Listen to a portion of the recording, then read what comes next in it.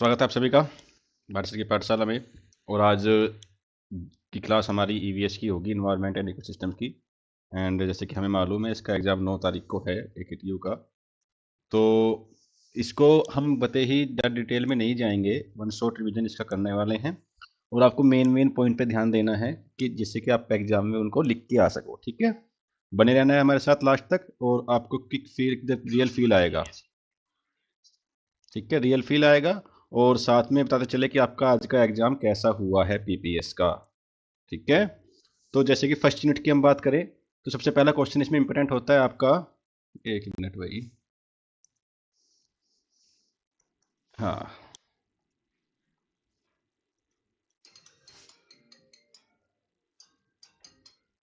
पहला क्वेश्चन जिसमें होता है आपका वो होता है what do you mean by the term environment, यानी इन्वायरमेंट की क्या मीनिंग होता है। Explain the component and segment of environment, यानी कि आपको एक्सप्लेन करना है component and segment of environment के बारे में। ठीक, देखिए सभी हमें पता है कि बहुत आसान सब्जेक्ट होता है और इसके बारे में आप जो है जानते हैं, लेकिन आपको लिखना कैसे है, क्या क्या चीज़ों का ध्यान देना है, वो यहाँ पे मैं बताता हूँ आपको। जैसे कि डेफिनेशन ऑफ इन्वायरमेंट की बात करें तो इन्वायरमेंट की डेफिनेशन आप सबको पता है कि इसका मीनिंग होता है living and non living things. ठीक है, यानी कि जहाँ पर लिविंग और नॉन लिविंग थिंग्स होती हैं वो उसका ये मीनिंग होता है दैट सराउंड अस, जो कि हमारे चारों तरफ घूमता है, एंड अफेक्ट आवर लाइफ, यानी कि हमारी लाइफ को अफेक्ट करता है। इट इंक्लूड्स एयर, इसके अंदर क्या है आपके पास जो है, एयर भी आती है, वाटर भी आता है, सोइल भी आती है, प्लांट भी आता है, एनिमल्स भी आते हैं, ह्यूमन बींग्स भी आते हैं। यानी कि आपके चारों तरफ आप देखोगे इन्वायरमेंट में जो भी चीजें आप देख सकते हो, जो भी चीजें आप देख सकते हो वो सब इन्वायरमेंट का पार्ट होती हैं। ठीक है, environment provides us basic need like air to breathe, यानी इन्वायरमेंट आपको क्या देता है, एयर टू ब्रीथ, सांस के लिए हवा, water to drink, food to eat, land to live, ये तो चाहिए आपको इन्वायरमेंट से। हाँ हाय बच्चे, hi, good evening Paramjit Singh, Tanu hi. ठीक है, तो सबसे बात जो आगे इसमें बताएंगे कंपोनेंट ऑफ इन्वायरमेंट की बात करें तो बायोटिक कंपोनेंट होते हैं, एबायोटिक कंपोनेंट होते हैं, यानी कि लिविंग वाले और नॉन लिविंग वाले कंपोनेंट होते हैं। ठीक, तो जब कंपोनेंट की बात करते हैं तो प्लांट हुआ, एनिमल हुआ, ह्यूमन बींग्स हुआ, माइक्रो ऑर्गेनिज्म हुआ, ये सब आपके लिविंग हैं। एक बार जब सभी जुड़े हैं वीडियो को लाइक कर दें, सब्सक्राइब भी कर लें और ये बताएं कि एग्जाम आपका कैसा हुआ आज का, जो टफेस्ट एग्जाम होता है पीपीएस का, वो कैसा एग्जाम हुआ है आपका और हमारी वीडियो से कितनी हेल्प आपको मिली है। ठीक, तो नॉन लिविंग की बात करें तो air, water, soil, sunlight, temperature and minerals. ठीक, ये हमने क्यों बताया आपको, क्योंकि ये क्वेश्चन 2 मार्क्स के लिए भी वैलिड पॉइंट होता है। ठीक है, वो बोल सकता है कि कंपोनेंट ऑफ इन्वायरमेंट बताइए बायोटिक और एबायोटिक कंपोनेंट के बारे में, तो आपको एकदम पूरा पॉइंट लिखना है। ठीक है, जैसे प्लांट हुआ, एनिमल हुआ, ह्यूमन बींग्स हुए, माइक्रो ऑर्गेनिज्म हुए, सबके डायग्राम हमने यहाँ पे शो कर रखे हैं। ठीक है, ऐसी एबायोटिक कंपोनेंट की बात करें तो एयर हुआ, वाटर हुआ, सॉइल हुआ, सनलाइट हुआ, टेम्परेचर और मिनरल्स, ये बात सारी कंपोनेंट में हो जाती है। वहीं जब बात करते हैं कि सेगमेंट ऑफ इन्वायरमेंट की कैसे बात करें, भाई आप इन्वायरमेंट में रह रहे हो तो अर्थ के ऊपर हो, अर्थ के ऊपर रहते हो तो उसका जो सेगमेंट है वो कैसे बना हुआ होता है, तो उसमें एक लिथोस्फीयर पार्ट होता है, एक हाइड्रोस्फीयर होता है, एक एटमोस्फेयर स्फीयर पार्ट होता है। ठीक है, तो यहाँ से 2 मार्क्स से क्वेश्चन भी बन सकता है कि व्हाट इज लिथोस्फीयर। तो lithosphere solid part of the earth, यानी कि अर्थ का सॉलिड पार्ट, जैसे लैंड हुआ, सोइल हुआ, फॉक्स हुए, वो क्या है आपके सब लिथोस्फीयर के अंदर आते हैं। हाइड्रोस्फीयर के अंदर आपका वाटर आता है लाइक रिवर्स, लेक्स, ओशियंस आते हैं। और एटमोस्फेयर के अंदर आपकी जो है एयर अराउंड द अर्थ, जो हवा घूमती है, वो क्या हुआ आपका एटमोस्फेयर के अंदर आता है। तो सेगमेंट आप लिख सकते हो। इंपोर्टेंस ऑफ इन्वायरमेंट की बात क्या है कि लाइफ को सपोर्ट करता है, प्रोवाइड नेचुरल रिसोर्स करता है, कंट्रोल क्लाइमेट को करता है, मेंटेन बैलेंस इन नेचर की बात करता है।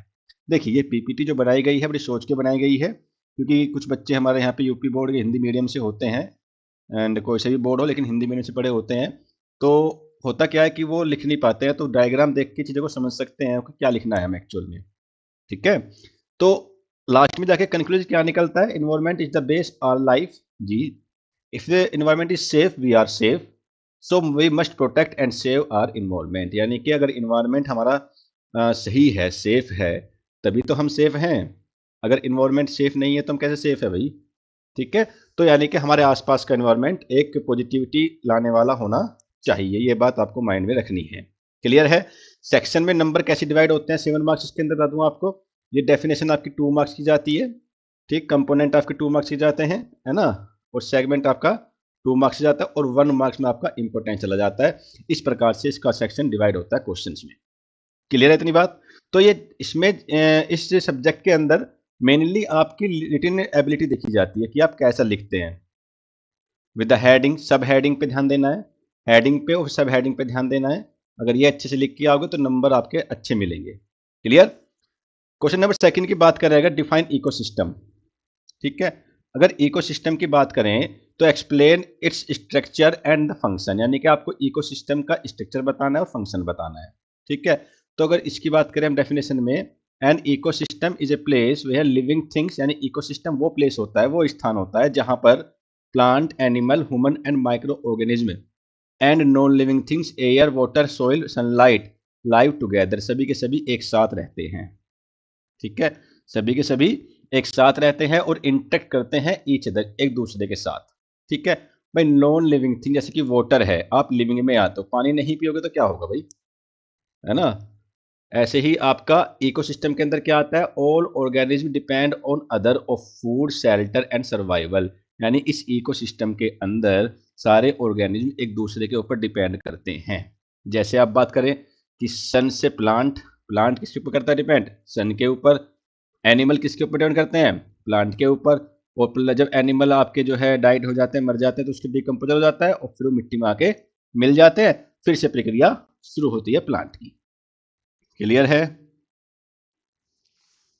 परमजीत सिंह, अच्छा बेटा बायोस्फीयर छूट गया, चलो बता देंगे उसको, ठीक है, thank you. Structure of ecosystem की अगर बात करें तो बायोटिक कंपोनेंट की बात हमने अभी भी की थी, जो लिविंग कंपोनेंट की बात आती है। जैसे कि आपका प्रोसीजर होता है, प्रोड्यूसर कौन है, कौन प्रोड्यूस करता है, पहला प्रोड्यूसर, कंज्यूमर्स, है ना, और कंज्यूमर्स एंड आपका डिकम्पोजर्स की बात करेंगे। तो green plant which make their आउन फूड बाय फोटोसिंथेसिस, यानी कि ग्रीन प्लांट अपना खाना कैसे बनाते हैं, फोटोसिंथेसिस की प्रक्रिया द्वारा बनाते हैं। एक क्वेश्चन यहाँ पे आपका बड़ा अच्छा बनता है, ये क्वेश्चन बहुत इंपॉर्टेंट होता है 2 मार्क्स के लिए, कि ग्रीन प्लांट्स अपना जो फूड है वो कैसे बनाते हैं, कौन सी प्रक्रिया से बनाते हैं, तो उसका बनाते हैं हम फोटोसिंथेसिस की, है ना। और आपका जो कंज्यूमर्स होते हैं प्राइमरी हर्बेरियस होते हैं, जैसे कि सियोन टाइगर हो गया, कार्निवरस हो गया, टेरिटरी हो गया, डिकम्पोजर में बैक्टीरिया हो गया, फंगाई हो गया, break down dates and animals हो गया, है ना। ऐसे यहाँ पे जो है आपका काउ, डियर, कंज्यूमर्स आपके 2 टाइप के हो जाते हैं ना, प्राइमरी, सेकेंडरी, टर्सरी, जिसमें एक हर्बीवरस होते हैं और एक आपका हर्बीवरस होते हैं, एंड यानी एक आपके जो शाकाहारी होते हैं और एक आपके मांसाहारी होते हैं। ठीक है, ये ध्यान रखना है। टर्सरी में टॉप लेवल एनिमल्स के अंदर इसके अंदर आते हैं। ठीक, तो an ecosystem is the basic unit of environment, it support life, maintain balance and keep working properly, therefore protection of ecosystem is very important for our future. कुल मिला के हमें इकोसिस्टम बना के रखना है। इकोसिस्टम में आता है इन्वायरमेंट, इन्वायरमेंट हमें अच्छा रखना है, अच्छा इन्वायरमेंट नहीं मिलेगा तो फ्यूचर हमारा खराब हो जाएगा ऑटोमेटिकली। जैसे आजकल दिल्ली के अंदर हो रहा है, पॉल्यूशन बहुत ही ज़्यादा बढ़ चुका है। ठीक है, वही बात करें फूड चेन की, फूड चेन में क्या होता है, फूड वेब क्या होता है, तो फूड चेन एक दूसरे पे डिपेंड करता है, ये बात ध्यान रखना है, यानी कि all living organism depend on each other for food and survival, यानी कि जो लिविंग यानी कि जो सजीव आपके ऑर्गेनिज्म होते हैं, जैसे हम हैं, है ना, एनिमल्स हैं, वो हमेशा दूसरी चीज़ पर डिपेंड करते हैं, एक दूसरे पे डिपेंड करते हैं। जैसे आप लोगों को खाने के लिए क्या चाहिए, अनाज, अनाज कहाँ से आएगा, खेत से, है ना। तो दिस रिलेशनशिप हु ईट्स हुम is sound bye food chain, यानी कि आपको ये लिखनी है कि फूड चेन क्या होती है, फूड वेब क्या होता है। तो जो आपकी रिलेशनशिप है हु ईट्स हुम, यानी कौन किसके लिए खाता है या कौन किसको खाता है, कौन किसको खाता है, उसी को बोलते हैं फूड चेन। ठीक, जैसे ये हिरन है, देखो यहाँ पे ग्रास, देखा ग्रास, ग्रास घास खाएगा कौन, डियर यानी कि हिरन खाएगा, और हिरन कौन खाएगा, लायन खाएगा। ये बात ध्यान रखनी है। The explain how energy moves from plant to animal and how balance is maintain in the ecosystem, उसे ही बोलते हैं फूड चेन और फूड वेब। ठीक है, टाइप्स ऑफ फूड चेन की बात करें तो ग्रेजिंग फूड चेन आता है, डेट्रिटस फूड चेन आता है, तो ग्रेजिंग में क्या आता है, स्टार्ट फ्रॉम ग्रीन प्लांट्स, जो ग्रीन प्लांट से बनते हैं उनको ग्रेजिंग बोलते हैं, G for grazing, G for green plants, then goes to herbivorous and carnivorous, है ना, जैसे ग्रास खाएगी बकरी, बकरी खाएगा इंसान, है ना, grass is eaten by deer, deer is eaten by lion, and so energy flows from कहाँ से, प्लांट से हर्बिवरस में, हर्बिवरस से कार्निवरस में गई है। ठीक है, देखिए इस टाइप के जो साइन होते हैं इस एग्जाम के अंदर, अगर ये लिख के आते हो, बना के आते हो, तो एक अट्रैक्टिव फील आती है, जब अट्रैक्टिव फील आती है तो नंबर ज़्यादा मिलने के चांस होते हैं। ठीक है, जो आपका डेट्रिटियस है ये स्टार्ट फ्रॉम डेड प्लांट्स, यानी कि जो मरे हुए पौधों से स्टार्ट होता है, और एनिमल से, ऑपरेटेड बाय डिकम्पोजिशन, वो डिकम्पोजर द्वारा बनता है, जैसे पत्तियां, पत्तियां से क्या बनेंगे, बैक्टीरिया, बैक्टीरिया से क्या बन जाएंगे, अर्थवॉर्म बन जाएगा। So many chain get connected and form A food web, यानी कि सभी के सभी एक दूसरे से कनेक्टेड हैं, इतनी बात ध्यान रखनी है इसके अंदर आपको। फूड वेब की बात करें तो दोनों में डिफरेंस पूछ ले अगर 2 मार्क्स के अंदर, तो लिख सकते हैं कि food chain and food web, कि फूड चेन क्या करता है, फूड वेब क्या करता है। तो फूड चेन का एक सिंगल पाथ है, सिंगल रास्ता है, फूड वेब का बहुत सारे रास्ते हैं, ये सिंपल होता है, ये कॉम्प्लेक्स होता है, ये लेस स्टेबल है, ये मोर स्टेबल है, ये डिफरेंस भी यहाँ पे कवर हो चुके हैं। देखिए इसकी 2 मार्क्स की वीडियो की कोशिश करेंगे सुबह लाने के लिए, क्योंकि टाइम बहुत कम है, इसलिए जहाँ से 2 मार्क्स के क्वेश्चन बनते हैं मैं यहाँ पे मार्क करते हुए चल रहा हूँ, तो आप वहाँ से भी इसको देख सकते हैं। ठीक है, तो difference between food chain and food web हमने बता दिया अभी, ये आपको करके आना है। ठीक है, क्वेश्चन नंबर 4 की बात करें तो एक्सप्लेन इकोलॉजिकल पिरामिड्स, यानी पिरामिड्स बहुत ही ज़्यादा इंपॉर्टेंट क्वेश्चन है भाई ये, और पिरामिड तो बनाना आना ही चाहिए, 100% आएगा, एक पिरामिड बनाने के लिए 100% आएगा, ऐसे कैसे बना के चले जाना है। ठीक है, तो जैसे ecological pyramid are paradises that show relationship between different organisms and different level in an ecosystem. They illustrate the flow of energy, number and of organism and biomass, amount of living matter at each level. Producer, जैसे producer क्या होते हैं, plant होते हैं, plant are at the base, top carnivorous are the at the top, यानी कि जो as we go up number of energy decreases, यानी जैसे जैसे हम ऊपर की तरफ जाते हैं तो एनर्जी डिक्रीज होती चली जाती है। देखो समझो इसको, पहले क्या आया, प्लांट्स, प्लांट्स के पास है 1000 किलो कैलोरी एनर्जी। ठीक, अब इन्होंने क्या है, सेकेंडरी कंज्यूमर आ गए, पहले कौन आया, सेकेंडरी कंज्यूमर आ गए, सेकेंडरी कंज्यूमर में जो है आपके कार्निवरस आ गया, जैसे खरगोश आ गया, गाय आ गई, या कुछ टाइप का आ गया जो आपके केवल प्लांट्स खाएगा। अब प्लांट्स ने 10 किलो एनर्जी कैलोरी ले ली, अब प्लांट्स पहुंच गया, ये पहुंच गया ऊपर, इसको बोलते हैं प्राइमरी कंज्यूमर, इसको बोलते हैं हर्बिवरस, ये भी 10 किलो कैलोरी एनर्जी इनसे, इनको खा लेगा, ले लेता है। अब ये जो खा जाते हैं इनको खाने कौन आता है, टर्सरी वाला, यानी जो है इसको बोलते हैं टर्सरी कंज्यूमर टॉप कार्निवरस। ठीक है, ये थोड़ा उसमें उल्टा हो गया भाई साहब, ये काटना इसको, यहाँ पे सेकेंडरी आएगा, यहाँ पे प्राइमरी आएगा।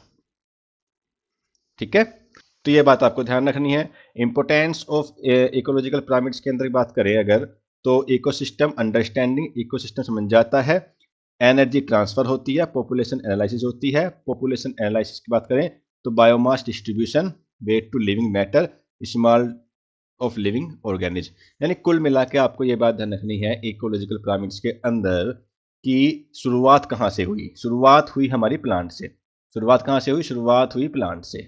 ठीक है, प्लांट से पहुंच गए हम प्राइमरी कंज्यूमर पर, प्राइमरी कंज्यूमर जैसे कि काऊ हो गया या खरगोश रैबिट हो गया। ठीक है, प्राइमरी से पहुंच गए सेकेंडरी कंज्यूमर पर, सेकेंडरी में कौन हो गया, लायन हो गया या आपका कोई भी जंगली जानवर हो गया, और फिर पहुंच गए टर्सरी में, जब ये मर जाते हैं तो इनको खाने कौन आता है, गिद्ध आता है, जिसको बोलते हैं टॉप कार्निवरस। ठीक है, टॉप कार्निवोरस बोलते हैं उनको। और इस प्रकार से जब चीज चलती है तो जैसे ऊपर जाते हैं तो एनर्जी आपकी लॉस्ट होती चली जाती है, एटलीस्ट 90% एनर्जी खत्म हो जाती है, किसकी, इस प्लांट की। यानी कुल मिला के बेस क्या है, बेस तो प्लांट ही है ना भाई, प्लांट खा के जिंदा कौन हुआ, ये वाले एनिमल, फिर कौन जिंदे हुए, सेकेंडरी वाले, फिर टर्सरी वाले जिंदा रहे। क्लियर है इतनी बात, चलिए आगे चलते हैं। नेक्स्ट अगर बात करें क्वेश्चन नंबर 5 के अंदर, what is environmental impact assessment, ये भी 100% क्वेश्चन आएगा भाई एग्जाम में।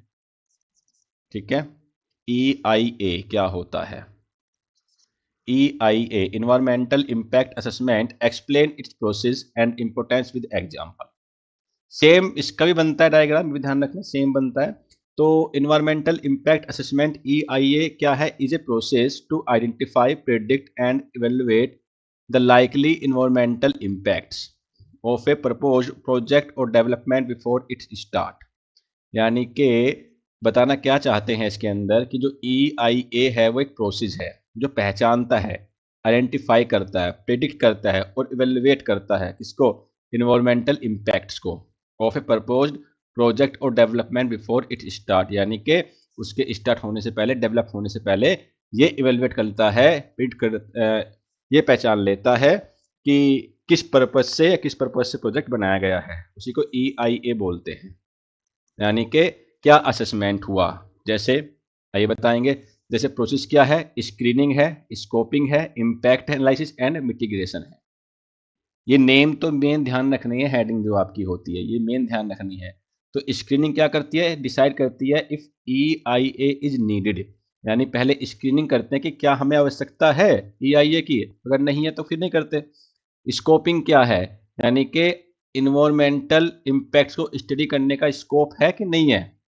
ठीक, अभी कोई इन्वायरमेंट के अंदर मान लीजिए कोई सांप स्नेक मर गया, तो क्या हम उसके ऊपर स्टडी करेंगे? नहीं करेंगे, पता है सबको क्या होना है। ठीक है। इम्पैक्ट एनालिसिस क्या होता है? Study how project will harm the environment. यानी कि हमें ये देखना होता है EI के थ्रू कि जो भी प्रक्रिया हो रही है वो इन्वायरमेंट को कितना हार्म पहुंचा सकती है। Mitigation suggest ways to reduce harm to the environment. Mitigation उस प्रक्रिया को बोलते हैं जो सजेस्ट करता है कि इन्वायरमेंट को कैसे कम किया जाए। जैसे अभी आप देखते हो कि इन्वायरमेंट के अंदर पोल्यूशन बढ़ता है तो उसके लिए आर्टिफिशियल रेन्स भी कराई जाती हैं। वो कौन सी प्रक्रिया होती है जो सजेस्ट करता है उसे मिटिगेशन बोलते हैं। ठीक है, ये बात ध्यान रखना है। और आपको EIA प्रोसेस का एक डायग्राम बना लेना है बच्चे। हालांकि यहाँ कुछ शो कर रखा है, आप जो है इसको अपने हिसाब से बना सकते हैं। ठीक है, रुपेश सिंह जी गुड इवनिंग।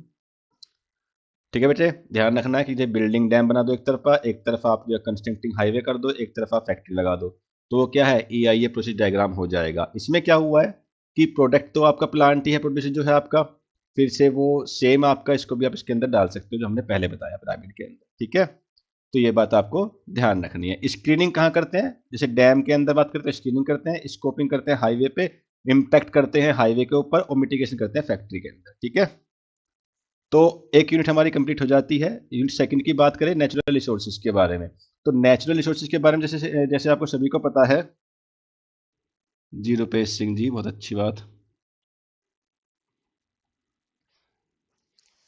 तो नेचुरल रिसोर्सेज जैसे वाटर हो गया, एक क्या है? नेचर से मिलता है हमें। एयर हो गई, कहाँ से मिलती है? नेचर से मिलती है। जितने फ्यूल्स होते हैं कहाँ से मिलते हैं? नेचर से मिलते हैं। तो इन सबके बारे में पता होना चाहिए। तो पहला क्वेश्चन यही आता है कि नेचुरल रिसोर्सेज क्या होते हैं हमारे, और इसको हम कैसे क्लासिफिकेशन करते हैं। ठीक है, तो natural resources are those resources which get directly from nature, जो हमें डायरेक्टली नेचर से मिलते हैं और हम उनको अपनी डेली लाइफ में यूज करते हैं। डीज इंक्लूड एयर हुआ, वाटर हुआ, सोइल हुआ, फॉरेस्ट हुआ, मिनरल्स हुआ, कोयल हुआ, ऑयल हुआ, सनलाइट हुआ, विंड हुआ, etc। Without natural resources human life is not possible. यानी कि अगर आपका जो है नेचुरल रिसोर्सेज नहीं होंगे तो ह्यूमन लाइफ तो होगी ही नहीं, खत्म हो जाएगी ना भाई। अगर एयर नहीं है तो खत्म है, वाटर नहीं है तो भी खत्म है। तो जब क्लासिफिकेशन करते हैं तो on the basis of origin करते हैं एक बार, फिर करते हैं on the basis of renewability, और फिर करते हैं इम्पोर्टेंस आपका। तो ओरिजिन की बात करें तो बायोटिक होते हैं, एबायोटिक होते हैं, जो हम पहले से पढ़ते आ रहे हैं। आई होप अब आपको ये बायोटिक और एबायोटिक का कंसेप्ट समझ में आ गया होगा, इसको दोबारा बताने की नीड नहीं है। ठीक है, ऑन द बेसिक ऑफ जो रिवेन्यू हो जाता है, रिन्यूएबिलिटी की बात करें तो रिन्यूएबल रिसोर्सेज की बात करें तो आपका these resources can be used again and again. यानी कि वे रिसोर्सेज जो हम बार बार यूज कर सकते हैं उनको रिन्यूएबल रिसोर्सेज बोला जाता है। जैसे कि आपका वाटर है ना, तो सन है, हर बार यूज होती है, एनर्जी होती है। ठीक है, और नॉन रिन्यूएबल रिसोर्सेज में क्या आता है? Those resources unlimited can be finished, जो कि फिनिश हो सकते हैं। जैसे कि आपका फ्यूल है, ये भी एक मात्रा में पेट्रोलियम आपका खत्म होने के कगार पे है, ये बात ध्यान रखनी है। ठीक है, तो एट द एंड जो इम्पोर्टेंस इनकी है भाई, सेम इम्पोर्टेंस है। भी क्या करते हैं? खाना मिलता है, पानी मिलता है, शेल्टर मिलते हैं, इंडस्ट्री में हेल्प होती है, डेवलपमेंट होता है, support life on sun on earth होता है, मेंटेन बैलेंस इन नेचर में होती है। यानी कि बैलेंस लाइफ, वाइल्ड लाइफ जो है बैलेंस में आ जाती है। कंक्लूजन क्या है? Natural resources are the gift of nature. है ना। ये बात ध्यान रखना, we should use them carefully and avoid wastage, proper use of natural resources is necessary for future generation. ठीक है। क्वेश्चन नंबर 2 की अगर बात करें, वाटर रिसोर्सेज की बात करें, अवेलेबिलिटी की बात करें, सोर्स की बात करें, प्रॉब्लम्स की बात करें, कंजर्वेशन की बात करें, तो क्या होगा। ठीक है। तो वाटर रिसोर्सेज की अगर बात करते हैं आपको, तो सबसे पहले आपको ध्यान रखना है कि रिवर्स आपका एक रिसोर्सेज होते हैं। ठीक है। भाई नदियां हैं आपकी, ओशियंस हैं आपके, कहाँ से आप पानी लेते हो। तो water resources are the source from which we get water for drinking, पीने के लिए पानी कहाँ से लेते हैं, एग्रीकल्चर के लिए, इंडस्ट्री के लिए और डेली यूज के लिए। Water is essentials, all life without water no living organism can survive. आपको पता है कि अर्थ के ऊपर 70% पानी है, लेकिन उसमें से 2.5% पानी ही पीने योग्य है, फ्रेश वाटर है, जिसको हम यूज करते हैं। ठीक है। तो ये बात ध्यान रखनी है, यानी कि 2.5% क्या है, बहुत ही स्मॉल पार्ट है टोटल पानी का जो हम यूज करते हैं ह्यूमन लोगों के लिए।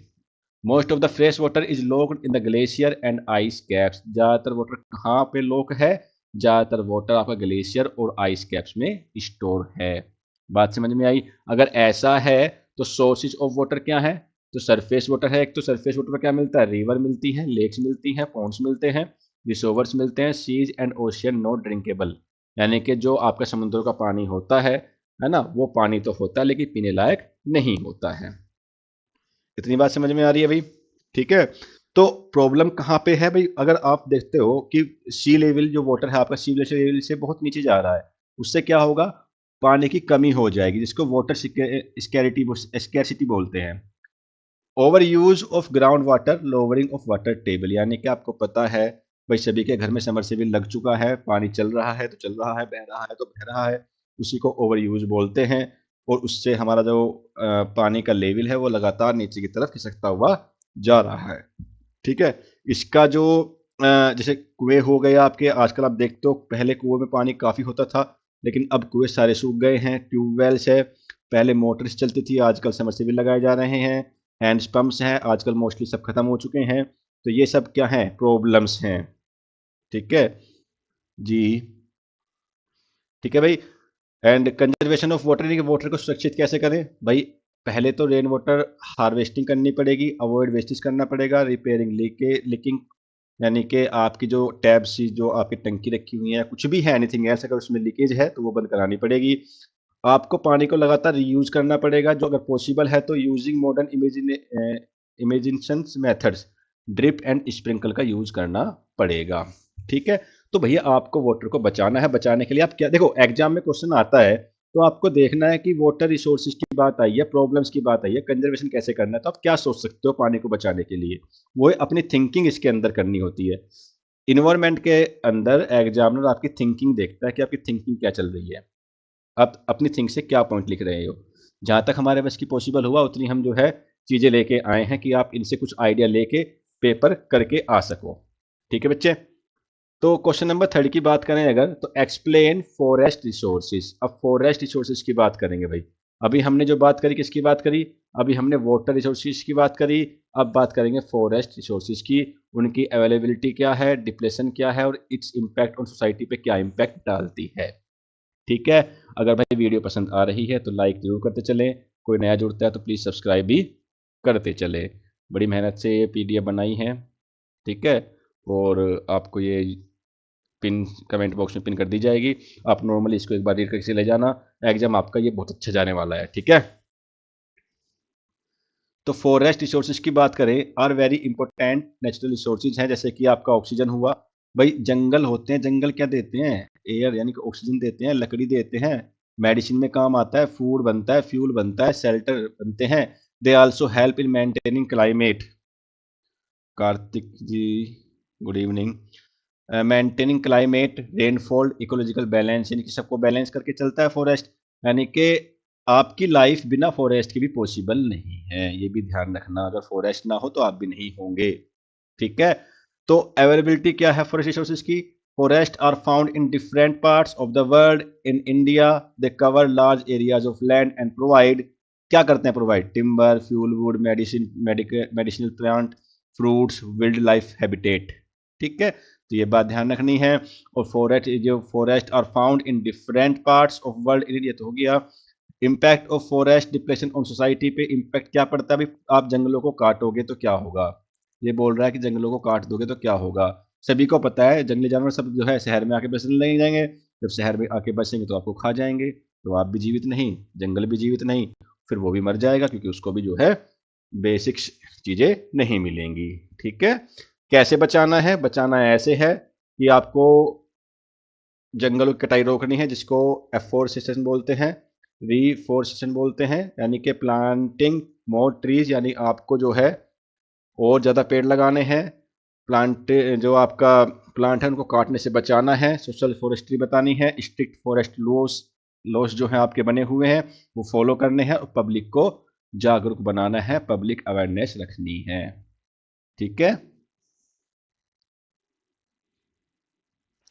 ओके बच्चे, ये बात ध्यान रखनी है भाई। अगर आगे बात करें हम जो है डिप्रेशन ऑन सोसाइटी के ऊपर कैसे डिपेंड करता है भाई, अगर फॉरेस्ट नहीं रहेंगे तो एयर खत्म हो जाएगी, एयर खत्म हो जाएगी तो कार्बन डाइऑक्साइड बढ़ जाएगी, जब ये बढ़ जाएगी तो पोल्यूशन बढ़ जाएगा, क्लाइमेट लगातार चेंज होगा, टेम्परेचर हाई हो जाएगा आपका, है ना, और जो आपकी बाढ़ वगैरह आती है वो भी कंडीशन सब बढ़ जाएंगी। तो ये जो है मिट्टी जो सोयल इरोजन हो जाएगा आपका, यानी कि लैंड बिकम्स इंटरफाइनटाइल हो जाएगी, खत्म हो जाएगी। ये बात आपको ध्यान रखनी है। क्वेश्चन नंबर 4 की बात करें तो मिनरल रिसोर्सेज क्या है, मटेरियल साइकिल क्या है, जो carbon nitrogen and sulphur oxide, very very important question है भाई, जो तो देखा मिलेगा, ये ध्यान रखना है कि मिनरल रिसोर्सेज क्या है और मटेरियल साइकिल क्या है, जिसमें कार्बन है, नाइट्रोजन है और सल्फर साइकिल है।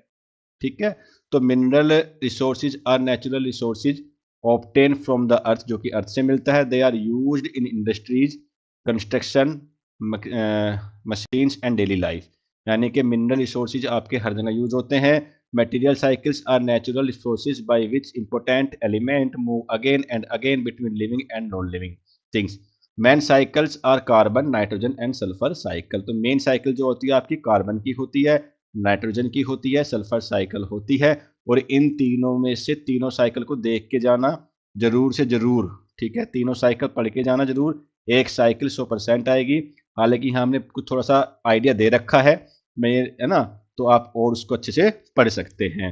जैसे minerals are found in rocks and soil, ये बने हुए हैं पत्थर आपके, ठीक है, ये कहाँ से मिलती है बेटा, अरमान हुसैन, 2 मार्क्स के क्वेश्चंस हम देखते हैं कि सुबह प्रोवाइड करा सके तो, टाइम कम है इस वजह से हम इसी के अंदर 2 मार्क्स क्वेश्चन को बताते चल रहे हैं। ठीक है, आयरन, कॉपर, गोल्ड, बैक्साइट एंड कोयल, ये क्या है आपके मिनरल होते हैं। यूज किया है भाई, आयरन का यूज क्या होता है, मेकिंग मशीन, मशीन बनाने में होता है, building roads, houses, electricity production, tools, equipments. Carbon cycle diagram बनाना है, नाइट्रोजन साइकिल डायग्राम बनाना है, सल्फर साइकिल डायग्राम आपको बना के रेडी रखना है। यहाँ पे कुछ हमने कार्बन साइकिल के बारे में बताया है, एक बार इसको देख सकते हैं कि carbon moves between air, plants, animal and soil. Steps, plants take CO2, यानी कि प्लांट्स क्या करते हैं, कार्बन डाइऑक्साइड लेते हैं, कहाँ से, एयर से, ड्यूरिंग द फोटोसिंथेसिस, यानी फोटोसिंथेसिस प्रक्रिया हो रही है, तो यहाँ से प्लांट ने क्या किया, CO2 को एग्जिस्ट किया और क्या छोड़ा, ऑक्सीजन को रिवेल कर दिया। ठीक है, तो animal eat plants and get carbon, plants and animal release carbon dioxide by respiration, यानी कि प्लांट्स और एनिमल्स जो हैं कार्बन डाइऑक्साइड रिलीज करते हैं, आपके जो एनिमल्स होते हैं किसके थ्रू, बाय रेसिप्रेशन के थ्रू, यानी आप लोग भी जब सांस छोड़ते हो तो कार्बन डाइऑक्साइड छोड़ते हैं, उसी को रेसिप्रेशन बोलते हैं। ठीक है, burning fuels release carbon dioxide into air, ये बात भी आपको ध्यान रखनी है। Welcome chairman. ठीक है, सल्फर साइकिल की अगर बात करें तो sulphur is needed for vitamin, sulphur जो बहुत जरूरी है आपके विटामिन के लिए है, एंड एमिनो एसिड के लिए है। प्रोसेस क्या है इसका, release from rocks bye weathering, यानी कि मौसम से ही जो है ये रिलीज होता है। Absorb by plant, pass to animal, यानी प्लांट इसको लेते हैं और एनिमल को ट्रांसफर करते हैं। Return to soil by decomposition, decomposition यानी कि सोइल के अंदर वापस चला जाता है डिकम्पोजिशन के through. Some goes to air activity के थ्रू। ठीक है, तो ये बात ध्यान रखनी है। देखो हम आपको इस क्लास के अंदर इस सब्जेक्ट का एक आइडिया दे रहे हैं कि आपको कितना कैसे लिख के आना है, लिखने के लिए तो इसमें 4 पेज भी कम पड़ जाए, 5 पेज भी कम पड़ जाए। ठीक है, तो एटलीस्ट इतना आपको माइंड में यहाँ रहे, याद रहे कि आप पॉइंट्स को लिख के आ सकें। ठीक है भाई, जी अरमान, सभी का एग्जाम अच्छा हुआ होगा, हम यही आशा करते हैं भाई, और आप लोग सपोर्ट करके तो पूरी बीटेक आपकी यहीं करा देंगे विदाउट एनी टेंशन। ओके, आपको अब एनर्जी रिसोर्सेज की बात करनी है। Explain conventional and non conventional sources of energy की बात करनी है। ठीक है भाई, कन्वेंशनल और non conventional sources of energy क्या है? अब एनर्जी के बारे में सभी को पता है, जैसे आपका कोयल है, पेट्रोलियम है, नेचुरल गैस है, हाइड्रो इलेक्ट्रिक पावर है, ये सब कैसे हैं? कन्वेंशनल एनर्जी सोर्सेज होते हैं आपके। ठीक है भाई, तो कन्वेंशनल एनर्जी की बात करें तो लिमिटेड होती है क्वांटिटी में, पोल्यूटिंग होती है, विल फिनिश फिनिश हो जाएगी। नॉन कन्वेंशनल एनर्जी क्या है? रिन्यूएबल है, क्लीन हो जाती है और विल नॉट फिनिश इजिली, जल्दी से इजिली फिनिश नहीं होती है। जैसे solar energy, wind energy, biogas, geothermal energy, tidal energy. भाई सोलर एनर्जी क्या धूप खत्म हो सकती है? इसलिए खत्म नहीं हो सकती है। 2 मार्क्स का क्वेश्चन यहाँ बन सकता है आपका एक, कि difference between conventional energy and non conventional energy. Clear है बात? ठीक है, अब अगर बात करें एग्जांपल, तो हम बता चुके हैं सब चीज। तो ये आपके एनर्जी रिसोर्सेज हैं, दो टाइप के होते हैं, कन्वेंशनल और नॉन कन्वेंशनल। ध्यान रखना है, कन्वेंशनल वो है जो एक टाइम पे आके खत्म हो जाएंगे, नॉन कन्वेंशनल वो है कि बहुत इजीली खत्म नहीं होंगे। और उनमें आपको पता है कि कोयल है, पेट्रोल है और गैस है, और आपको हाइड्रो इलेक्ट्रिक पावर है, और इसी का हम यूज करते हैं डेवलपमेंट के लिए, मोस्टली इन्हीं का यूज चल रहा है। तो लिखा हुआ है, energy resources are the source from which we get energy to do different works like cooking, lighting, transportation, industries and machines. के अंदर energy is very important for development of a country, without energy modern life is not possible. यानी कि पुरानी जिंदगी थी तो आपकी जो है इम्पोर्ट जो जी रहे थे, लेकिन अब आजकल जिंदगी ऐसी हो चुकी है कि बिना लाइट के कुछ नहीं होता। बेटा एकेटी यूनिवर्सिटी तो कहती है कि लिख सकते हैं, ठीक है, लेकिन कॉलेज वाले कराते नहीं है, बिकॉज ऑफ दैट फिर से अलग से लेक्चर देने पड़ते हैं। लिख तो सकते हैं, लिखने कोई इशू नहीं है, ठीक है, क्योंकि एग्जाम भी आपका दो है, हिंदी इंग्लिश दोनों में आ रहा है, आप देखते भी हो। ठीक है Noman. Pollution and their effect, तो यूनिट 3 की हम बात करेंगे भाई, आज सारी यूनिट करेंगे। यूनिट 5 तक पहुंचना है, और 5 से तो 100% क्वेश्चन जो करवाए हैं वही आएंगे, उनसे बाहर कुछ नहीं आएगा, तो लास्ट तक बने रहना है, ठीक है। तो पोल्यूशन एंड देयर इफेक्ट, तो पोल्यूशन की अगर बात करें तो भाई पोल्यूशन के ऊपर भी एक क्वेश्चन 100% आता है, ठीक है। पोल्यूशन कोई सा भी हो आ सकता है, पोल्यूशन की थिंकिंग सब चीजें एक साथ ही लिखी होती है, चाहे वो एयर पोल्यूशन की बात करें, ठीक, चाहे वो आपका एयर पोल्यूशन की बात करें, वाटर पोल्यूशन की बात करें, सॉइल पोल्यूशन की बात करें, या नॉइज पोल्यूशन की बात करें, पोल्यूशन बहुत सारे होते हैं, ठीक है, किसी भी टाइप के पोल्यूशन हो सकते हैं। तो पोल्यूशन को आप लोग अच्छी भली भांति जानते हो, आपने जो है क्लास 12th के अंदर भी हिंदी के अंदर या किसी चीज के अंदर ये इसके ऊपर ऐसे लिखने के लिए जरूर आया होगा 100%, 100% आया होगा कि पोल्यूशन क्या होता है। तो pollution means making are environment dirty, यानी हमारा इन्वायरमेंट गंदा हो एंड हार्मफुल हो जाए, उसको बोलते हैं पोल्यूशन। यानी कि unwanted substance like smoke, chemicals, waste और नॉइस, ये सब मिलके हमारे इन्वायरमेंट को पोल्यूट कर देती है, पोल्यूशन बना देती है ना।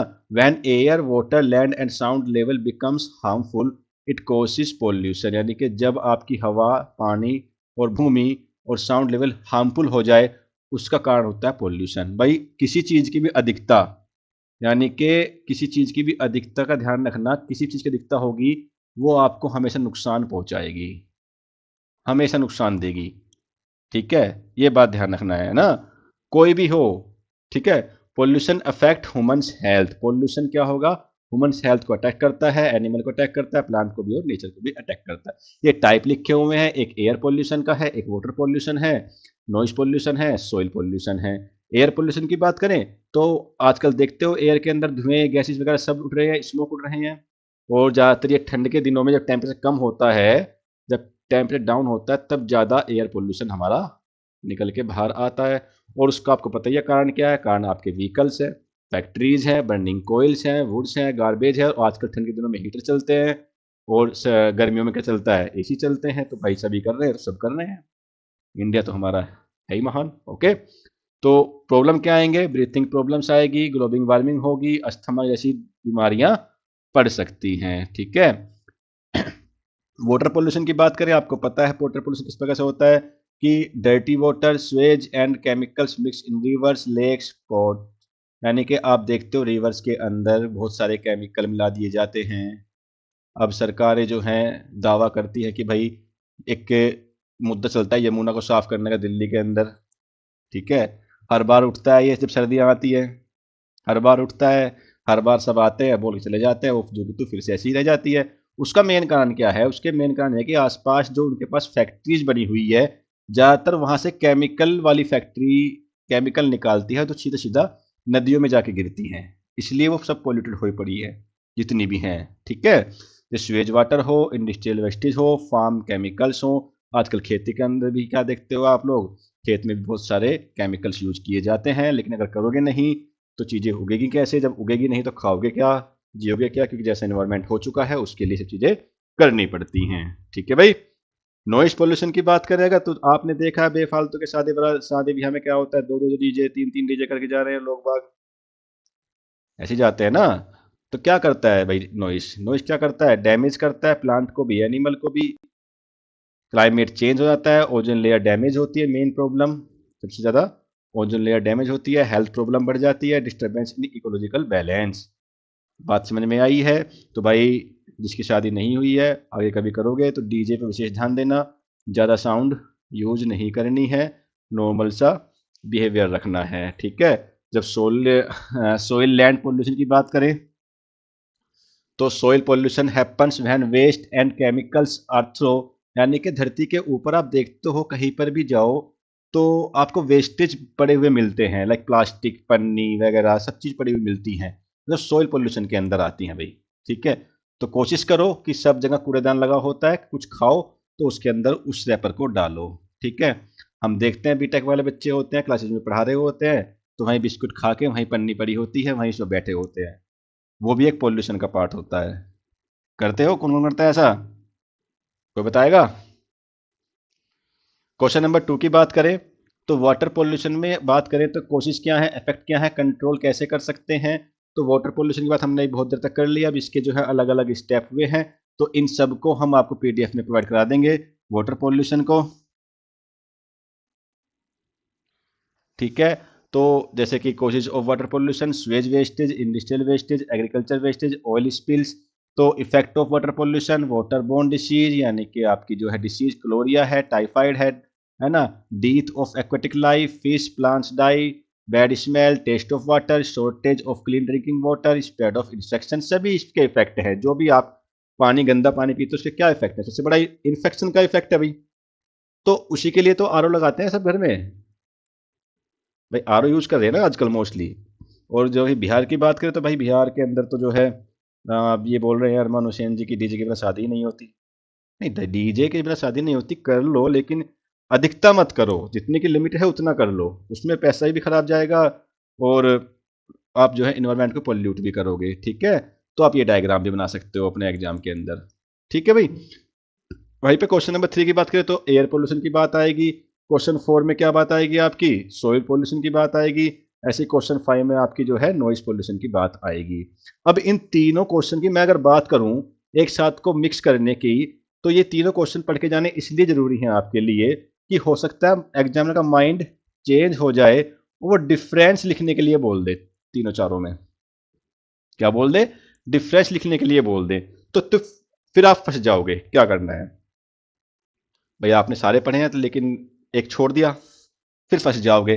तो डिफरेंस पढ़ने के लिए आप लोगों को ये पढ़ने जरूरी है कि एयर पोल्यूशन कैसे होता है, क्या कारण है, क्या इफेक्ट है, कंट्रोल कैसे कर सकते हैं। तो सभी को पता है कि एयर पोल्यूशन क्या होता है, जब आपकी एयर गंदी हो जाती है, गंदी हो जाती है, it becomes dangerous for human health, animal, plant, environment, clean air is necessary for healthy life. कोशिश क्या है, व्हीकल है, इंडस्ट्री है, burning of coal, construction work, fire, and effect क्या है, ब्रीथिंग प्रॉब्लम होती है, आई प्रॉब्लम होती है, लंग डिसीज होते हैं, damage to plant crops, global warming होती है ना। अभी आप देखते हो कैसे कंट्रोल कर सकते हैं उसको, ठीक है। कैसे कम कर सकते हैं, यूज ऑफ क्लीन फ्यूल्स, यानी कि आपको क्लीन फ्यूल यूज करने, सीएनजी, एलपीजी, इलेक्ट्रिसिटी, ये मोस्टली यूज करने होते हैं। लेकिन भाई आजकल तो जो है अगर आप कहीं जाओगे तब भी स्कूटी लेके जाओगे, पैदल चलना बस की नहीं रहा। प्लांटिंग मोर ट्रीज, ज़्यादा से ज़्यादा पेड़ लगाओ, प्रॉपर मेंटेनेंस रखो, using filter in factories, avoid burning garbage. तो ये सब चीज़ आपको पढ़ लेनी है यूनिट क्वेश्चन नंबर 3 में एयर पोल्यूशन में। ऐसे ही सोल पोल्यूशन में पढ़ लेंगे आप लोग, ठीक। सब सेम पोर्टन लिखा हुआ है, पैटर्न सबका सेम है। तो हम अब मूव करते हैं अपना जो है नेक्स्ट यूनिट 4th, जो आपकी 4th यूनिट है और 5th यूनिट है। यहाँ से 2 क्वेश्चन, 2 से 4 क्वेश्चन आते हैं और जो क्वेश्चन बढ़ाए हुए हैं इनमें से आपको 100% क्वेश्चन मिल जाएंगे, ठीक है। ज़्यादा परेशान नहीं होना है। तो करंट इन्वायरमेंटल इश्यूज क्या है, क्यों मैं ऐसा कह रहा हूँ कि क्या क्यों आ सकते हैं, क्योंकि अब करंट की बात चलेगी। अब तक वो बात चली है जो आप रेगुलर पढ़ते आ रहे हैं, लेकिन कुछ काम उस पर नहीं होता है। अब क्या समस्या आ चुकी है उनकी बात करते हैं, ठीक है भाई। तो कोई अगर नया जुड़ता है तो प्लीज़ इस चैनल को लाइक कर ले, शेयर कर ले, सब्सक्राइब भी कर दे, है ना। तो अगर बात करें ग्लोबल वार्मिंग की, करंट में जो बात चल रही है ग्लोबल ग्लोबल वार्मिंग की चल रही है। इसके कारण क्या है, इफेक्ट क्या है, कंट्रोल मेजर्स क्या है, ठीक है। तो अगर इंट्रोडक्शन की बात करें तो global warming means the increase in the average temperature on the earth. बस ये पॉइंट ध्यान रखना है, 2 मार्क्स से भी क्वेश्चन आता है अभी ये, ठीक है। तो ग्लोबल वार्मिंग क्या होती है? ग्लोबल वार्मिंग का मतलब होता है कि आप जो है अर्थ के ऊपर एवरेज टेम्परेचर से ज़्यादा टेम्परेचर बढ़ चुका है। ये क्यों होता है? It happens because of the green house gases in the atmosphere, यानी कि एक्सेस ग्रीन हाउस गैसेज आपकी बढ़ चुकी हैं, एक्सेस हो चुकी हैं, इस कारण ये कार्य होती है। Global warming is serious environmental problems and effect climates, weather, plants, animals and humans. ये बात तो सब प्रॉब्लम तो है ही भाई। अगर ग्लोबल वार्मिंग होगी तब भी आपको इफेक्ट करेगी, प्लांट को इफेक्ट करेगी, इन्वायरमेंट को इफेक्ट करेगी, ठीक है।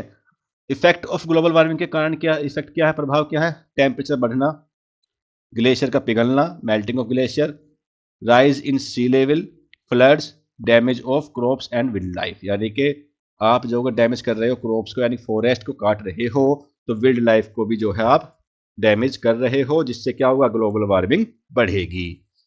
कारण क्या होगा? बर्निंग ऑफ फॉसिल फॉइल, भाई फॉसिल फॉइल आप जला रहे हो, मेन कारण। डिफोरेस्टेशन कर रहे हो, जंगलों को काट रहे हो, इंडस्ट्री बढ़ा रहे हो, व्हीकल चला रहे हो, use of electricity from coal power plants, यानी कोयले से जो बिजली बनती है उसका आप यूज कर रहे हो बिजली बनाने में, वो भी आपके कारण में आती है। कंट्रोल कैसे कर सकते हैं भाई? इनका फिर उल्टा लिखते हो, कंट्रोल कर सकते हैं भाई, ज्यादा से ज्यादा पेड़ लगाओ, है ना, और एनर्जी यूज करो, जैसे कि दोबारा यूज कर सकते हो, सोलर हुआ, विंड हुआ, सेव इलेक्ट्रिसिटी करो, रिड्यूस यूज ऑफ व्हीकल कर दो कंट्रोल, इंडस्ट्रियल पोल्यूशन को कर दो कंट्रोल, ठीक है। ये आप डायग्राम वहां पे क्रिएट कर सकते हैं, बना सकते हैं, आप नेट से भी देख सकते हैं डायग्राम, ठीक है। डायग्राम देखो, डायग्राम अगर बनाओगे तो डायग्राम आपके क्वेश्चंस के आंसर्स को जान डाल देगा। आपने क्या लिखा है क्या नहीं लिखा है, डायग्राम देखते ही वो चीजें भी नहीं पढ़ी जाती। अगर डायग्राम नहीं लिखते हो तो वो चीजों फिर पढ़नी पड़ती है, उन फिर नंबर काट के चलता हुआ है वो, ठीक है। तो डायग्राम तो बेसिकली मस्ट होता है बनाना, डायग्राम बनाने की कोशिश करना जरूर, ठीक है। ये मेरा आपकी सजेशन है, ओके। तो अगर बात करें हम ग्रीन हाउस इफेक्ट की, कि ग्रीन हाउस इफेक्ट क्या होता है, कारण क्या होते हैं, इफेक्ट क्या है, कंट्रोल मेजर्स क्या है, सेम कहानी वही है कि green house effect is a natural process होता है by which the earth become warm. जब अर्थ आपकी गर्म हो जाती है, टेम्परेचर जो है ऊपर पहुंच जाता है, वो क्या होता है, आपका ग्रीन हाउस इफेक्ट होता है। Certain gases in the atmosphere trap heat from the sun and do not let to go back in the space. यानी कि क्या हुआ, कुछ गैसेज ऐसी होती हैं कि सन से हीट तो ले लेंगी लेकिन वापस नहीं जाएगी, जो कि अर्थ को डैमेज करेंगी, टेम्परेचर अर्थ का बढ़ जाएगा। इसी को बोलते हैं ग्रीन हाउस इफेक्ट। बात समझ में आई? इससे क्या होता है, जैसे कार्बन डाइऑक्साइड गैसेज हैं आपकी, नाइट्रोजन नाइट्रस ऑक्साइड है, मीथेन है, CFCS है, वाटर पेपर है। क्वालिटी इज द इशू,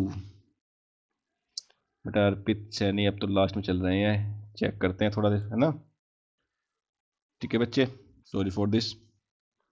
तो ये आपके ग्रीन हाउस गैसेज हैं, ये 2 मार्क्स के लिए क्वेश्चन मार्क कर सकते हो आपकी ग्रीन हाउस गैसेज कौन कौन सी होती हैं, ठीक है। ग्रीन हाउस गैसेज कौन कौन सी होती हैं, तो ये सब एग्जाम्पल याद कर सकते हो 2 नंबर के लिए, वो इनको भी पूछता है।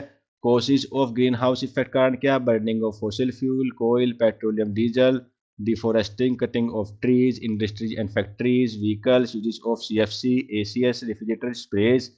Effect of greenhouse effect, increase in earth at temperature, global warming, melting of ice and glacier, climate change, flood, drought and storms। ये डायग्राम आप बना सकते हो।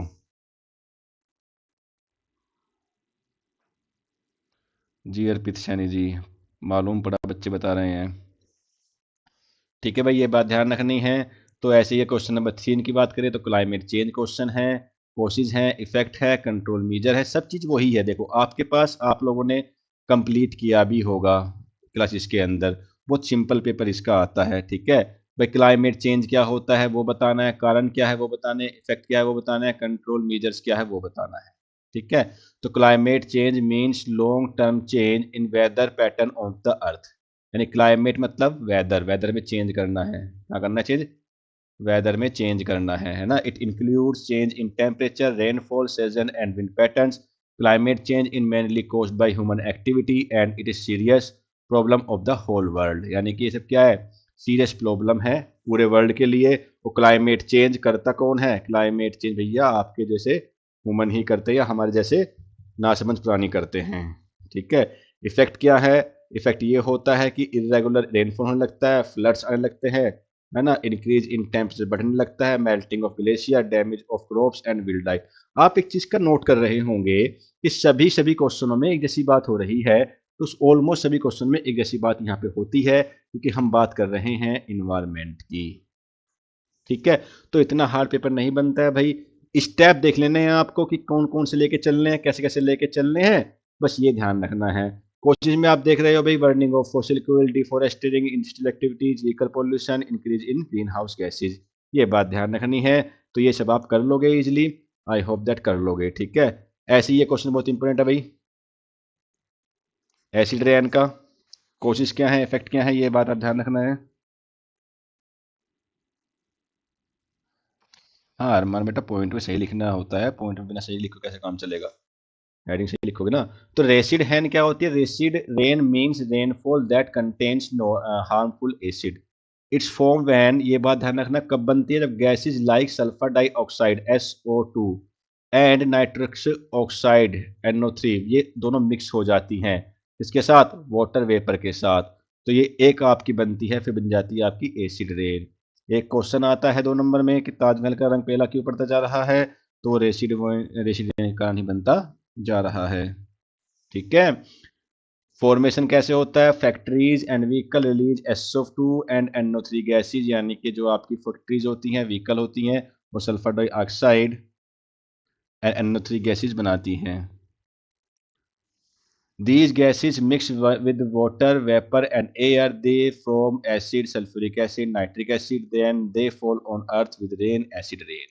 ठीक है, तो ये कोशिश क्या है, burning of coal in power plant, smoke from vehicle, industrial gas from factories, oil refineries, thermal power plant, ये सब कारण हैं, ये सब इफेक्ट हैं। Damage to crop and plant, harm to aquatic life, fish die in lakes and rivers, यानी कि मछलियां भी जो है लेक्स के अंदर मर जाती हैं। Soil become less fertile, soil आपका बहुत फर्टाइल कम होता जा रहा है। Damage of building and monuments, यानी बिल्डिंग का डैमेज भी हो रहा है। ब्रीथिंग प्रॉब्लम्स इन ह्यूमंस, और ह्यूमंस के अंदर सांस लेने की समस्या आ रही है। जो ताजमहल का फोटो दिख रहा है, इसका रंग भी पीला पड़ता जा रहा है, just because of acid rain, और एसिड रेन में जो सल्फर डाइऑक्साइड मौजूद है इसके कारण। कंट्रोल कैसे कर सकते हैं भाई, कंट्रोल जो है, कोयले की जगह यूज कीजिए CNG का, LPG का, है ना। फैक्ट्रीज के अंदर फिल्टर्स लगवाइए। रिड्यूस व्हीकल पोल्यूशन, यानी कि व्हीकल कम चलाइए। रिन्यूएबल एनर्जी का यूज कीजिए। प्लांट मोर ट्रीज, ज़्यादा से ज़्यादा पेड़ लगाइए। प्लांट मोर ट्रीज का तो हर जगह आपका सेम ही आएगा। एक क्वेश्चन आपका भैया ओजोन लेयर वाला है, ओजोन लेयर डिप्लीशन क्या है, कैसे खत्म होती है, तो जस्ट खत्म होती है ग्रीन हाउस इफेक्ट के कारण। ठीक है, ओजोन लेयर क्या करती है, प्रोटेक्टिव लेयर है हमारी इन द अपर एटमॉस्फेयर के अंदर। ये क्या करती है, अल्ट्रा वायलेट रेज को हमारे पास आने से रोकती है, जो कि सन से लगातार आती रहती है। Ozone layer depletion means thinning of this layer which is very dangerous for life on earth, यानी कि जो भी अगर ये डिप्लेशन हो जाएगा लेयर का, तो कि सीधी सीधी फिर ultraviolet rays, UV rays सीधा आपके ऊपर आके पड़ेंगी, जो कि बहुत हार्मफुल होती हैं। ठीक है, effect of ozone layer deflection, effect क्या होता है भाई, स्किन कैंसर बन सकता है, आंखों में प्रॉब्लम हो सकती है, eye problems, damage to crops and plants ना, वीक इम्यून सिस्टम हो सकता है। तो ये सब बात ध्यान रखनी है, ये सब आपके इफेक्ट होते हैं। Cause of ozone layer deflection, CFC यानी कि क्लोरोफ्लोरो कार्बन जो ज़्यादातर एसी जो छोड़ता है, रेफ्रिजरेटर छोड़ता है, स्प्रे छोड़ती है ना। Halogen use to fire halons use to fire extinguisher, nitrogen oxide from vehicle and industries, aerosol sprays, industrial chemicals. देखिए सारा का सारा क्वेश्चन में आप दो तीन चीज़ें मस्ट कर लीजिए। एक तो आपको इंट्रोडक्शन लिखना है, एक इफेक्ट लिखने हैं, एक आपको कोज लिखना है, कारण लिखना है, कैसे कंट्रोल कर सकते हैं वो लिखना है, और एक डायग्राम लिखना है, खत्म कहानी। 5 स्टेप लिख दोगे, इतना क्वेश्चन बना के आ जाओगे, नंबर अच्छे मिलेंगे। ठीक है भाई, ये बात ध्यान रखनी है। ओके, तो कैसे ये डिप्लीशन होता है? सीएफसी प्रोडक्ट्स जो आपके होते हैं बहुत हार्मफुल गैस होती है। यूज इको फ्रेंडली रेफ्रिजरेटर, तो हमें जो है कंट्रोल करना है, कैसे? इको फ्रेंडली रेफ्रिजरेटर काम करना है। ठीक है, nitrogen oxide from vehicles and industries, aerosol space करनी होती, sorry proper maintenance of AC, AC को प्रॉपर मेंटेन करना है, रेफ्रिजरेटर प्रॉपर ध्यान से रखने हैं। ठीक है, और हो सके तो कम से कम यूज करने हैं। तो आज हमारी जो है क्वेश्चन नंबर 6 भी है, एक डाल दिया था मैंने, population growth and automobile pollution. इस क्वेश्चन को आप देख लोगे, ठीक है, आता तो है एग्जाम में, लेकिन पढ़ लोगे इसको। ठीक है, तो यहाँ से बात करें अगर पॉपुलेशन ग्रोथ, भाई पॉपुलेशन ग्रोथ तो बढ़ी रही है आपकी, देखते हैं। और ऑटोमोबाइल का मतलब क्या है? ऑटोमोबाइल पोल्यूशन मतलब बस से। ठीक है, तो कार से, बस से दे रिलीज, क्या, ठीक है, ये बात ध्यान रखनी है। तो ऐसे ध्यान रखना है। तो effect of automobile pollution, air pollution, breathing problems, global warming, noise pollution, health problems की बात करते हैं। High birth rate, early marriage, ये सब क्या है? पॉपुलेशन ग्रोथ की बात चल रही है इधर। ठीक है, पॉपुलेशन कैसे बढ़ती है भाई? हाई बर्थ रेट है, ज़्यादा ज़्यादा बच्चे पैदा हो रहे हैं, अर्ली मैरिज, जल्दी मैरिज हो जाती है, लैक ऑफ फैमिली प्लानिंग नहीं होती है, इंप्रूव मेडिकल फैसिलिटीज़ नहीं होती है, ये सब क्या है? पॉपुलेशन ग्रोथ के कारण होते हैं। फॉर पॉपुलेशन ग्रोथ की जो कंट्रोल कर सकते हैं, फैमिली प्लानिंग करना है, एजुकेशन देनी है, मैरिज लेट करनी है, मतलब जल्दी मैरिज नहीं करनी है, स्मॉल फैमिली नॉर्म्स रखने हैं। ठीक है, अब बात करें इसकी ऑटोमोबाइल की, तो फॉर पॉपुलेशन ग्रोथ के लिए use public transport, CNG, electrical vehicles use करने हैं, रेगुलर व्हीकल सर्विस देनी है, अवॉइड अननेसेसरी देनी है, कार पुलिंग देनी है। ठीक है, तो ये बात ध्यान रखनी है, दोनों का डिफरेंस भी आ सकता है, तो ये कर लेना है। तो आज की हमारी लास्ट यूनिट होगी question number unit 5, environmental protection and population, हम कैसे कंट्रोल कर सकते हैं, कैसे इनको प्रोटेक्ट कर सकते हैं। तो जो भाई नया जुड़ता है प्लीज़ सब्सक्राइब कर लें, लाइक कर दें, है ना। तो प्रोटेक्शन की बात अगर करें, इन्वायरमेंटल की पहला क्वेश्चन ये आता है कि इन्वायरमेंटल प्रोटेक्शन क्या है, और इसके लिए गवर्नमेंट ने एक्ट भी बनाया हुआ है, जिसको बोलते हैं इन्वायरमेंटल प्रोटेक्शन एक्ट। ठीक है, तो इसके बात करें, environmental protection means saving our environment from pollution, damage and misuse. तो जो आपके इन्वायरमेंटल प्रोटेक्शन, ये क्वेश्चन बहुत अच्छा है भाई, सभी को पता होना चाहिए इसके बारे में, ये इसलिए मैंडेटरी हो जाता है, 100% आएगा एग्जाम में। ठीक है, इन्वायरमेंटल प्रोटेक्शन क्या करता है, आपको बताएगा कि आपको कैसे सेव करना है इन्वायरमेंट को, किससे? पोल्यूशन से, डैमेज से और मिसयूज से। It include protecting air, water, soil, forest, wild life and natural resources. Arman Hussain 2 marks वाला भी जब कीजिएगा लाइव आएगा आप।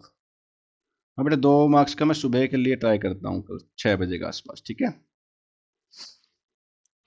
इन्वायरमेंटल प्रोटेक्शन एक्ट की बात करें, 1986 में पारित हुआ था, ये लाइन लिखना है भाई, एकदम अट्रैक्ट करता है। ठीक है, environmental protection act 1986 was passed by the government of India after the Bhopal gas tragedy. कब पारित हुआ? 2 नंबर के लिए बहुत इंपॉर्टेंट क्वेश्चन है भाई, ये 2 मार्क्स के लिए बहुत इंपॉर्टेंट क्वेश्चन है ये, कि भोपाल गैस ट्रेजिडी के बाद कौन सा एक्ट पारित हुआ? तो इन्वायरमेंटल प्रोटेक्शन एक्ट 1986। ठीक है, this main aim of this act is to protect and improve this environment, यानी कि इसका मेन जो एम था, वो एम था कि कैसे हम इसकी रक्षा कर सकते हैं और इम्प्रूव कर सकते हैं इन्वायरमेंट को। Objective of environmental protection act, the control pollution, क्यों करते हैं? कि पोल्यूशन कंट्रोल में आ सके, एयर जो है प्रोटेक्ट हो सके हमारी, इम्प्रूव इन्वायरमेंटल क्वालिटी हो सके, to prevent hazard to humans, animals and plants, यानी कि हम अपने ह्यूमंस, एनिमल और प्लांट को सुरक्षा प्रदान कर सके। मेन फीचर कौन कौन से हैं? पावर टू सेंट्रल गवर्नमेंट, भाई किसके पास पावर होती है? सेंट्रल गवर्नमेंट के पास पावर होती है to take action for environmental safety के लिए। Setting standard of emission and discharge of pollutions, restriction कर सकते हैं, पनिशमेंट दे सकते हैं, power of to close polluting industries. ठीक है, तो ये सब इसके मेन फीचर्स हैं। और जो आपकी बात करें importance of environmental protection and की इम्पोर्टेंस क्या है, इम्पोर्टेंस क्या है, तो पब्लिक हेल्थ को प्रोटेक्ट करता है, control industrial pollutions, saves natural resources, improve quality of life, support sustainable development. तो ये सब चीज़ें आप लिख के आ सकते हो। आई होप दैट कि आपको आइडिया लग रहा होगा कि क्या क्या चीज़ें लिख के आनी है, क्या क्या हेडिंग के साथ सब हेडिंग रखनी है, क्या क्या पॉइंट मेंशन करने हैं। ये बात ध्यान रखना है कि बकवास कुछ नहीं भर के आनी है। ठीक है, जैसे बात करें नॉन गवर्नमेंटल ऑर्गेनाइजेशन यानी कि एनजीओज की बात करें, तो एनजीओज कैसे आपकी सेवा करेगी। तो एनजीओज क्या होते हैं, एनजीओज की फुल फॉर्म होती है नॉन गवर्नमेंटल ऑर्गेनाइजेशन, एनजीओज। इसकी फुल फॉर्म भी याद कर लें, are voluntary organisation which work for the welfare of society, they are not control by government, यानी कि ये गवर्नमेंट कंट्रोल में नहीं आते। Many NGOs work to protect environment, कुछ एनजीओज होते हैं जो वर्क करते हैं इन्वायरमेंट की सुरक्षा के लिए।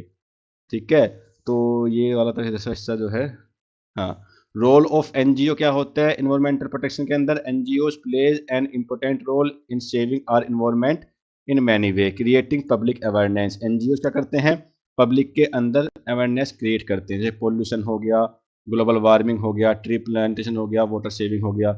आपने देखा होगा ज़्यादातर स्कूल कॉलेजों में कि प्लांट लगाने के लिए कहीं संस्था भी आती हैं कि सर इतने प्लांट हमारे लगा दीजिए। ठीक है, वाइल्ड लाइफ को प्रोटेक्ट करते हैं, सेव एंगेज एनिमल्स को करते हैं बाय लॉ, यानी कि लॉ के थ्रू उनको जो है प्रोटेक्शन देते हैं, लीगल एक्शन लगाते हैं, जैसे NGO play a very important role in environmental protections, without NGO government alone can not protect any environment, so NGO and public must work together to save our earth. यानी कि कुल मिला के बात यह है कि जब पब्लिक का साथ होगा गवर्नमेंट को, तभी हम अपने इन्वायरमेंट को सेव कर सकते हैं। ठीक है भाई, क्वेश्चन नंबर 3 की बात करें तो ह्यूमन पॉपुलेशन ग्रोथ की बात करते हैं और इम्पैक्ट पे कैसे डालते हैं। भाई अगर ह्यूमन की पॉपुलेशन बढ़ेगी, मैं एक सीधे से सिंपल सा आपको एग्जांपल देता हूँ, पॉपुलेशन बढ़ेगी तो क्या होगा, तो लैंड एजुकेशन ज़्यादा हो जाएगा, यानी कि भूमि कम पड़ जाएगी, भूमि कम पड़ जाएगी तो चीज़ें बल्कि हो जाएंगे, जैसे human population growth means increase the number of people in particular area and country. ठीक है, when population increase very fast it creates pressure on natural resources, environment और बेसिक फैसिलिटीज। भाई सिंपल सी बात है, पॉपुलेशन बढ़ेगी तो नेचुरल रिसोर्सेज का use ज़्यादा होगा, फैसिलिटीज़ कम मिलेगी। अभी भी आप देख सकते हो, अगर एक घर में बच्चे 4 हैं, 4 इंसान हैं, तो उनकी ग्रोथ कैसे हो रही है, और एक घर में अगर 2 बच्चे हैं तो उनकी ग्रोथ कैसे हो रही है, और अगर एक है तो उसकी ग्रोथ कैसे होती है। लाडला, एक होता है लाडला होता है ना घर का। कॉज ऑफ पॉपुलेशन ग्रोथ, कैसे क्या होगा, कारण क्या है। भाई कारण क्या है, कारण तो क्या है, more people, early marriage, lake of family planning, जो अभी हमने रिसेंटली वीडियोज में देखा, वही इसके कारण होते हैं। ठीक है, तो ये बात ध्यान रखनी है। प्रॉब्लम क्या क्रिएट होती है, पॉपुलेशन ज़्यादा, अनएम्प्लॉयमेंट बढ़ जाएगा, पॉवर्टी बढ़ जाएगी, पुअर हाउसिंग होगी, हेल्थ प्रॉब्लम होगी, फूड शॉर्टेज होगी, सभी चीज़ें शॉर्ट हो जाएंगी ना, ये बात ध्यान रखनी है ना। Impact of population growth on environment, environment पर कैसे इम्पैक्ट पड़ता है, प्रेशर और नेचुरल रिसोर्सेज। भाई अगर पॉपुलेशन बढ़ जाएगी तो सबसे ज़्यादा प्रेशर किस पे आएगा, नेचुरल रिसोर्सेज पे आएगा, ज़्यादा पानी यूज होगा, ज़्यादा रोड यूज होगी, ज़्यादा लैंड यूज होगी, ज़्यादा एनर्जी लगेगी। ठीक है, डिफोरेस्टेशन बढ़ाना पड़ेगा, जंगल काटने पड़ेंगे, उनको रहने के लिए जगह चाहिए तो कहाँ जाएंगे, जंगल काटेंगे, है ना। और पॉल्यूशन इंक्रीज भी होगा, वेस्ट प्रॉब्लम भी ज़्यादा निकलेंगी। तो कंट्रोल कैसे करना है, कई बार बता चुका हूँ मैं इसको। ठीक है, फैमिली प्लानिंग कीजिए, एजुकेशन बढ़ाइए, लेट मैरिज कीजिए, वोमेन एजुकेशन के बारे में बात कीजिए। ठीक है, तो आई बात समझ में। अब यहाँ पे एक क्वेश्चन और आता है, ये भी अच्छा क्वेश्चन है भाई, ध्यान रखना। Environmental education and women education के बारे में बताना होगा आपको। ठीक है, तो environmental education means teaching people about environment, pollution and conservation, यानी कि इन्वायरमेंटल के अंदर हम वो चीज़ पढ़ते हैं कि जहाँ पीपल सीखते हैं किसके बारे में, इन्वायरमेंट के बारे में, पोल्यूशन के बारे में, कंजर्वेशन के बारे में।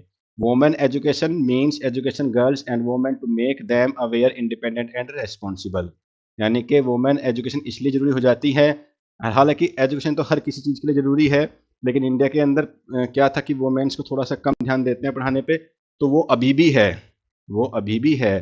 कुछ एरियाज में अभी भी पैसे जो है पढ़ाना नहीं चाहते, बहुत कम पढ़ाना चाहते। तो अवेयरनेस लाने के लिए वुमेन एजुकेशन जरूरी है। Both are important for environment protection and social development. सभी की सभी क्या हैं, बहुत जरूरी हैं। सानिया मिर्जा, बस अब तो खत्म ही हो रहा है बेटा आज के लिए, सॉरी है इसके लिए, ठीक है। सुबह 2 नंबर के क्वेश्चंस लाएंगे ना, उनमें सब कुछ एक्सप्लेन कर देंगे फिर दोबारा से साफ उसमें, ठीक है। परेशान नहीं होना है, ओके। अभी केवल आप सुन लो कि क्या चीज़ें बोल रही जा रही हैं। वोमेन एजुकेशन में क्या है, meaning women education means providing education to girls and women so they can take right decision, support family, help in society and environment. भाई देखिए, अगर एक घर के अंदर अगर एक लेडीज एजुकेटेड हो जाती है तो सबसे पहला जो फ़ायदा होगा वो सभी के लिए होगा, पूरे फैमिली मेंबर के लिए होगा। राइट डिसीजन ले सकती है वो, अपने लिए भी और घर वालों के लिए भी। अगर उसको अपने राइट्स ही नहीं पता होंगे तो कुछ नहीं कर पाएगी, ठीक है, फिर चुप हो जाती है। ये बात ध्यान रखनी है। इन्वायरमेंटल एजुकेशन का मतलब क्या है कि हमें help to understand environmental problems, learn how to protect, develop good habits towards environment. तो ये सब चीज़ें इसमें ध्यान रखना है, लिख देनी है आपने। तो यहाँ तक हम रखेंगे आज इसको, ठीक है। और आई होप दैट कि आपको ये सब क्वेश्चन की जो मेन चीज़ें हैं आपको रखना क्या है कि आपको हेडिंग क्या रखनी है और हेडिंग के साथ सब हेडिंग क्या लिखनी है। ये 2 चीज़ें ढंग से लिख के आना है, नंबर आपको पूरे मिल जाएंगे। सुबह 2 मार्क्स वाली क्लास ऑन 6 AM या 6 to 7 AM के बीच में हम स्टार्ट करेंगे भाई, ठीक है। उस पॉइंट में जो हमने क्वेश्चन लिखे हैं उसी के बेस पे 2 मार्क्स के जो क्वेश्चन हमारे होंगे, जो 2 मार्क्स के क्वेश्चन हमारे होंगे उसके अंदर मैं सब चीज़ें एक्सप्लेन कर दूंगा, ठीक है। सब चीज़ें एक्सप्लेन कर दूंगा दोबारा से, परेशान नहीं होना है। आप इतने काबिल हो कि इन क्वेश्चंस को आराम से बना के आ सकते हो, और इसमें तो कोई बैक लगने का सवाल पैदा होता ही नहीं है। तो जुड़े रहिए हमारे साथ। मैथ की सीरीज हम शुरू करेंगे भाई। मैथ की सीरीज भी हम जो है आफ्टर द एग्जामिनेशन प्रिपेयर करते हैं, कंटेंट बनाते हैं, उसके बाद पक्का स्टार्ट करेंगे। विचार तो है कि अच्छे से कराएं, और क्योंकि मैथ के अंदर ऐसा होता है क्वेश्चंस रिपीट नहीं होते हैं, कंसेप्ट रिपीट होते हैं, ठीक है। तो मैथ के अंदर कंसेप्ट पे हम काम करेंगे, ये बात ध्यान रखना है। तो क्योंकि उसमें टाइम काफ़ी ज़्यादा है तो उसको हम यूनिट वाइज सोल्व करेंगे पूरे कंसेप्ट के साथ, ठीक है भाई। अगर यहाँ तक चीज़ें समझ में आती हैं तो एक बाई जो है आप, ठीक है, तो जो भी जुड़ता है लाइक कर दे, शेयर कर दे, सब्सक्राइब कर दें। तो मिलते हैं सुबह, तब तक के लिए thank you, bye bye, good night, all the best.